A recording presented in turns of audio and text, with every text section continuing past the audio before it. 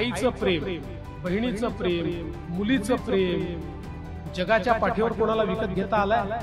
अरे प्रत्यक्ष ब्रह्मदेव उतरला तरी या प्रेमाचं मोल तो करू शकत नाही. जगातली सगळी संपत्ती दिली तरी देखील प्रेम कधी विकत घेता येत नाही. पण जे लोक सोन्याचा चमचा घेऊन जन्माला येतात त्यांना हे कळत नाही.